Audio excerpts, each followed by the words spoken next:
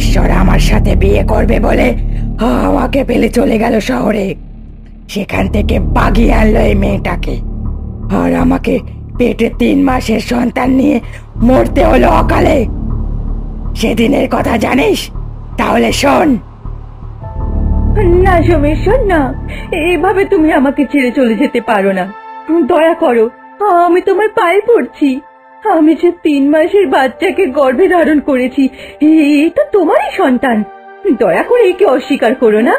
এ তোমার আর আমার ভালোবাসার চিহ্ন। আমার জীবনটা এভাবে শেষ করে দিও না তুমি। না, কিছুতেই না। এ কোনো নর্দমার কীট।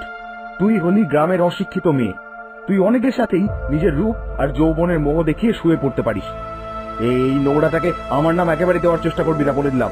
না না সোমেশ্বর, আমি ঈশ্বরের শপথ খেয়ে বলছি, এই বাচ্চা তোমার, এই বাচ্চা তোমার সোমেশ্বর। এই সন্তানকে জন্মানোর আগে এইভাবে অনাথ করে দিও না, তোমার দুটি পায়ে পড়ি। যা, এক্ষুনি আমার চোখের সামনে থেকে চলে যা। আর হ্যাঁ, ভালো কথা, শহুরে একটি মেয়েকে আমি পছন্দ করে ফেলেছি।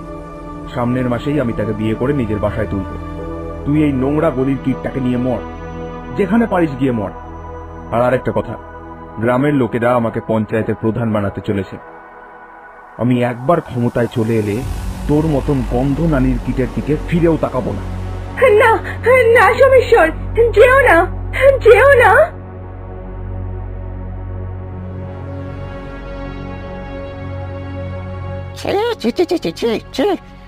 তুই শেষে এভাবে আমার মুখটা পড়ালি। এবার আমি কিভাবে এই গ্রামে মুখ দেখাবো বলতো? তোকে আমি তোর মা মারা যাওয়ার পর থেকে কোলে পিঠে করে মানুষ করেছিলাম এই দিনটা দেখবার জন্য।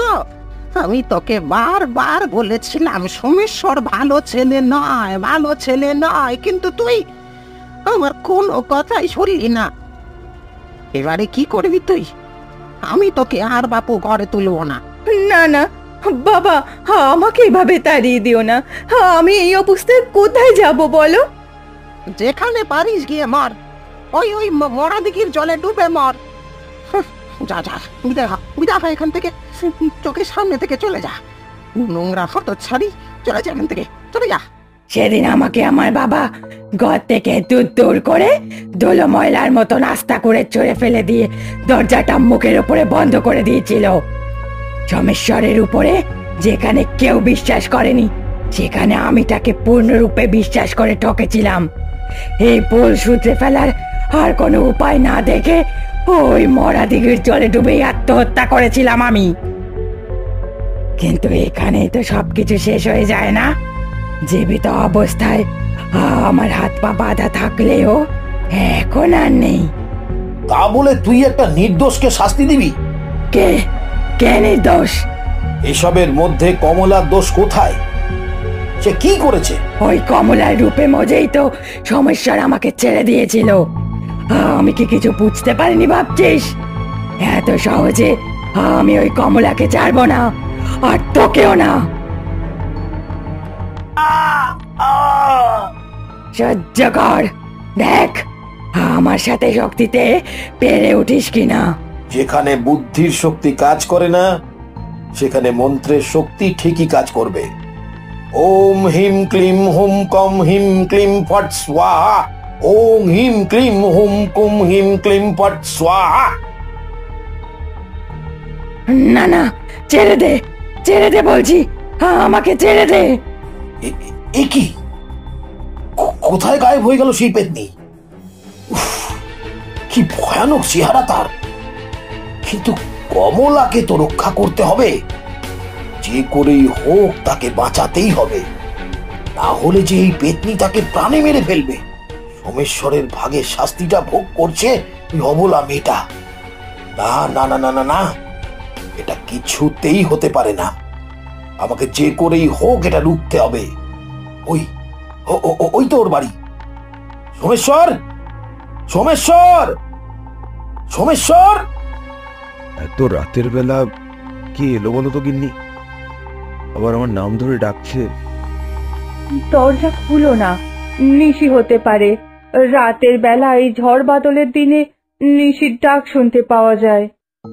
এ কি, তোমার চুলটা এমন উস্কো খুস্কো হয়ে রয়েছে কেন কমলা?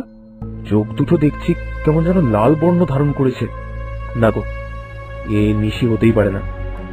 দেখছো না এতবার করে আমার নাম ধরে ডাকছে। রাতে গ্রামে বোধহয় কারোর কোনো বিপদ ঘটেছে, না হলে কি কেউ এত রাতে মোড়লের বাসায় আসে?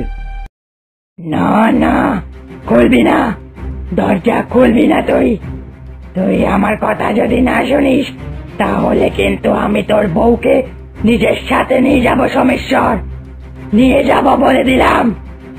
এ কি কমলা, তুমি এরকম দেওয়ালের সাথে সেজিয়ে দাঁড়িয়ে রয়েছে কিভাবে? মাথাও যে মাটিতে নেই তোমার। কেন, কি করছো? কে কে তুমি? কি চাইছো? এভাবে কিভাবে? কি যে করছে আমি কিছু আন্দাজ করে উঠতে পারছি না। দাদা, কমলা, কমলা আমার কথা শোনো।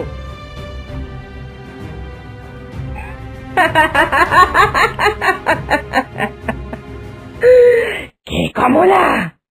কমলাকে আমি অনেক দিন আগেই বসে নিয়ে নিয়েছি। ও এখন আমার দখলে, ওর শরীর এখন আমার কবজায়। আমি ওর শরীরে ঢুকে গেছি। মনে আছে সোমেশ্বর, কি বলেছিলিস তুই? আমাকে বিয়ের স্বপ্ন দেখিয়ে আমাকে নিজের সন্তানের মা বানিয়ে এরকমই একটা ঝড়ঝড়ের রাতে ছেড়ে চলে গেছিলিস তুই। আর সেদিন আমাকে আত্মহত্যা করতে হয়েছিল ওই মরা দিদির জলে ডুবে। আজকেও ওই রকমই এক বাদলার রাত।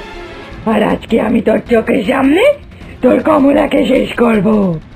না, এটা করো না কামিনী। কামিনী, আমি তোমার দুটি পায়ে পড়ি। আমার কমলা নির্দোষ। ওকে ছেড়ে দাও, তুমি দয়া করে ওকে ছেড়ে দাও। ছেড়ে দেব? ওকে ছেড়ে দেব?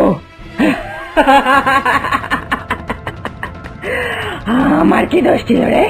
সেদিন আমাকে যেভাবে নরক যন্ত্রণা সহ্য করতে করতে ঠান্ডা দিঘির জলে সেদিয়ে যেতে হয়েছিল, সেদিন তুই দেখতে এসেছিলিস নাকি আমাকে বাঁচাতে এসেছিলিস? নতুন মেয়ে ধরে ফষ্টি করবি বলে আমাকে যত তাড়াতাড়ি পেরেছিলিস ঘর থেকে নামানোর বন্দোবস্ত করেছিস। তোর জন্যে আমার দেবতুল্য বাবার চোখে ছোট হতে হয়েছিল আমাকে। মান ইজ্জত সব শেষ করেছিলিস তুই। এবারে আমি কমলাকে শেষ করলে আমার সব স্বাদ মিটবে। তুই সারা জীবন এই যন্ত্রণা নিয়ে বাঁচবি।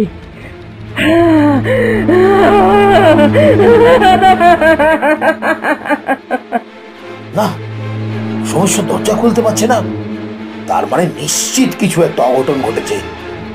যাই হয়ে যাক না কেন, আমাকেই দরজাখানা খুলে ঢুকতে হবে, যে করেই হোক। বাঁচাও, কেউ বাঁচাও আমাকে।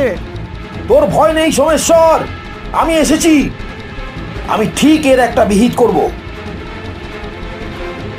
তুই কি ভেবেছিলিস পেতনি, এত সহজে আমাকে আটকে রাখতে পারবি?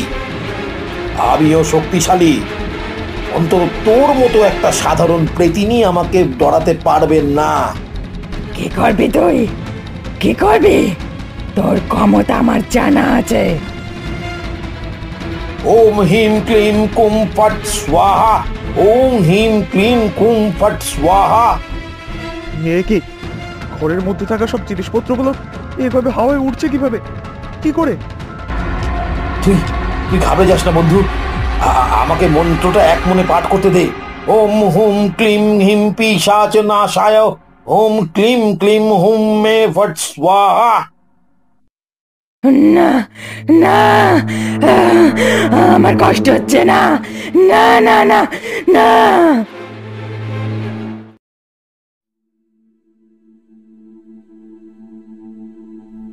কমলা, কমলা ঠিক আছে তুমি? চোখ খোলো কমলা, কথা বলো কমলা। ও এখন বিপদ মুক্ত। আমি ওর শরীর থেকে ওই প্রেতিনীকে বার করে দিয়েছি, আর ওই প্রেতিনী এখন শক্তিহীন হয়ে গিয়েছে। তার মুক্তি ঘটেছে। সে আর ওই মরা দিঘিতে গিয়ে নিজের আস্তানা তৈরি করতে পারবে না। আমি ভাগ্যি সেখানে এসেছিলাম, না হলে তো ওই প্রেতিনী তো জীবন শেষ করে দিত। প্রতিশোধের আগুনে সব জ্বালিয়ে পুড়িয়ে শেষ করে ফেলতো। তুই আমাকে বাঁচালি, তারা আমাদেরকে বাঁচালি তুই। সকালের দিকে কমলার জ্ঞান ফিরে আসবে, চিন্তা করিস না। তবে এই লাল ধাগাটা রাখ, এটা মা কামাখ্যা পিঠের ধাগা। এটা তুই কমলার ডান হাতে বেঁধে রাখবি। তোদের কোনো সন্তান না হওয়া পর্যন্ত কমলা ভুলেও যেন এই ধাগা না খুলে, এটা মনে রাখিস। বাপ রে, গায়ে যে একেবারে কাঁটা দিয়ে উঠলো ঠাকুর মশাই। সত্যি তাই, কি সাহস ছিল আপনার বলিহারি যায়। আমরা হলে তো ওইখানেই চিৎপটাং হয়ে যেতাম। সেদিন বৃষ্টিটা রাতের দিকে একটু ছাড় দিলে পরে আমিও কিশোরী বাড়ির দিকে রওনা হয়ে গিয়েছিলাম। সেদিনের ওই ঘটনার স্মৃতি আমার দ্বারা ভোলা সম্ভব হয়।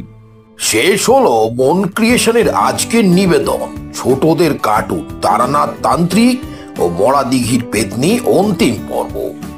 এরকম ধরনের আরো কার্টুন দেখতে হলে ঝটপট নিজের চ্যানেলটিকে সাবস্ক্রাইব করে ফেলুন ও বন্ধুদের মধ্যে অনেক অনেক শেয়ার করে দিন। তাহলে ছোট্ট বন্ধুরা, আজকের মতো বিদায়।